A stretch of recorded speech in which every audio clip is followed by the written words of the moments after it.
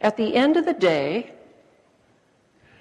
if we are not free to speak the truth about problems, and if there is no trust, either between the workforce and management or within the management team itself, we are fooling ourselves as to how much we can really accomplish with anything we try to change. If we look up the definition of culture, if any of you have ever done that, it's no wonder we have trouble changing culture. It's really difficult to even understand the definitions. It's almost like they were written by sociology professors. I believe that it's easier to come up with a simple definition: how people interact with equipment and each other. In fact, there's one more that's even better: what people are thinking as they interact with equipment and each other. If we understand that, we have the key to successful change. I'd like to examine the change process for a moment from 30,000 feet. If we look at the triggers, the reason that we decide it's important to change, we either recognize weaknesses in the things that we're doing currently, or maybe management just desires better results. So they do something to initiate change. It could be on a small scale, it could be on a very large scale that requires lots of resources and a huge investment. Through that work, we gain process knowledge and we implement change. And we expect gains and benefits at the end of that work. But what happens when they don't materialize? Do we think we've picked the wrong initiative? Maybe we need to shop for another one? Often upper management will believe that. Gee, we just picked the wrong one. We better go do another one. It will probably deliver the change that we had hoped for and expect. What if there's something else going on here?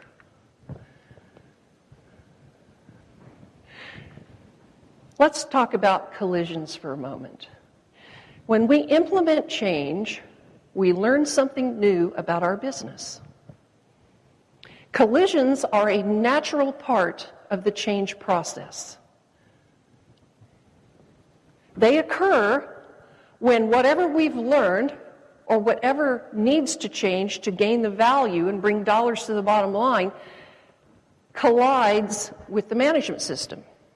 And in this case, I've split the management system into two pieces: management processes and management beliefs and behaviors. And under processes, there's a long list. I didn't put them in here, but some of them are numbers-based tools and decision-making tools. Some are organizational tools that we use day-to-day for restructuring, for communication strategies, for project scopes and project involvement.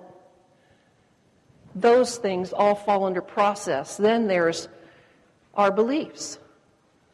What do we believe about change? What do we as managers believe is our responsibility to take responsibility for, and maybe what we feel is somebody else's responsibility? What do we believe about meeting expectations and what's acceptable choices to make when it comes to that? These are things that aren't addressed within the scope of a change initiative, but those beliefs are critical to what happens next. Because now we've got a mindset about change, however that's defined, and it's management's choice when there's a collision that makes the difference between capturing benefits and creating trust, and forfeiting benefits and losing trust. Most management teams and managers at any level, if we're talking about supervisor all the way to the CEO, are well-intentioned, good people. But a lack of awareness is preventing them from understanding how their choices in the moment impact culture, and their ability to capture gains. So, if we have a collision, management choice determines whether potential ends up being trapped or released. It determines whether there's a negative impact on trust and profit and culture and change, or whether that is a positive impact that actually accelerates change in a great way. Mixed messages are a core reason why we cannot capture the change that we've worked so hard to deliver. And if we look at these signs for a moment, on the left we have two signs. One says do not enter and entrance only. Which of you would turn in and which of you would pass that entrance? Not sure which sign is true. Not sure what to believe. The same on the right. One says keep right, the other one says turn left. Which way do we go? Not sure. If we translate these signs into the messages we receive from management at any level, they are a major generator of reactive cultures and mistrust, which then become barriers to capturing the potential that we've worked so hard to identify and quantify. And when we have things happen in the workplace that are unexpected, or maybe we made a promise they wouldn't happen again, we thought we had it fixed, it's difficult for people to maybe come forth with everything they know about that problem so that we can fix the root cause. And anytime there's a hesitancy here, there's value that we're sacrificing. Freedom to speak opens the door to trust and potential, and management's response either keeps that door open or closes it. Something to be aware of here is the performance culture connection between management and the workforce.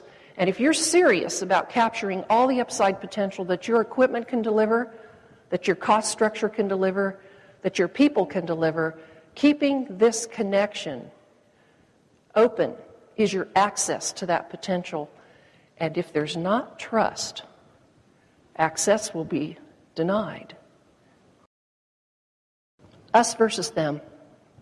I want to use football as an example here. Let's say we have a quarterback and running back. They're at practice the day before the big game. And something happens during practice, and they have a disagreement. And it's time for the big game. They're in there playing. The quarterback hasn't forgotten this, and he's holding a grudge against the running back. And it's time for him to throw the ball for the winning touchdown. But he doesn't want the running back to get credit for that touchdown. And so he decides not to throw the ball, and he's tackled, and he loses the game. And you're thinking, you know, why would she bring up an example like that? That never happens in sports. It probably doesn't. If it does, it probably only happens once, and the quarterback's out of there. The point is, it happens a lot in business. A lot more than it should. When we've got departments who, for various reasons, choose not to support each other when they can, they are making the same kind of choice as that quarterback did for his team, which he was a part of. He was playing like he was on another team.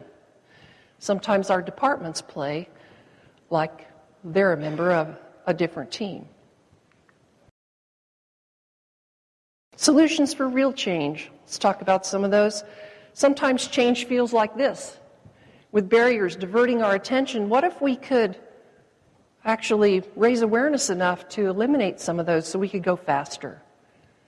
Remember that management's hidden barriers have no natural enemies, so we have to work intentionally to take them down, so we need to know how to recognize those to do that.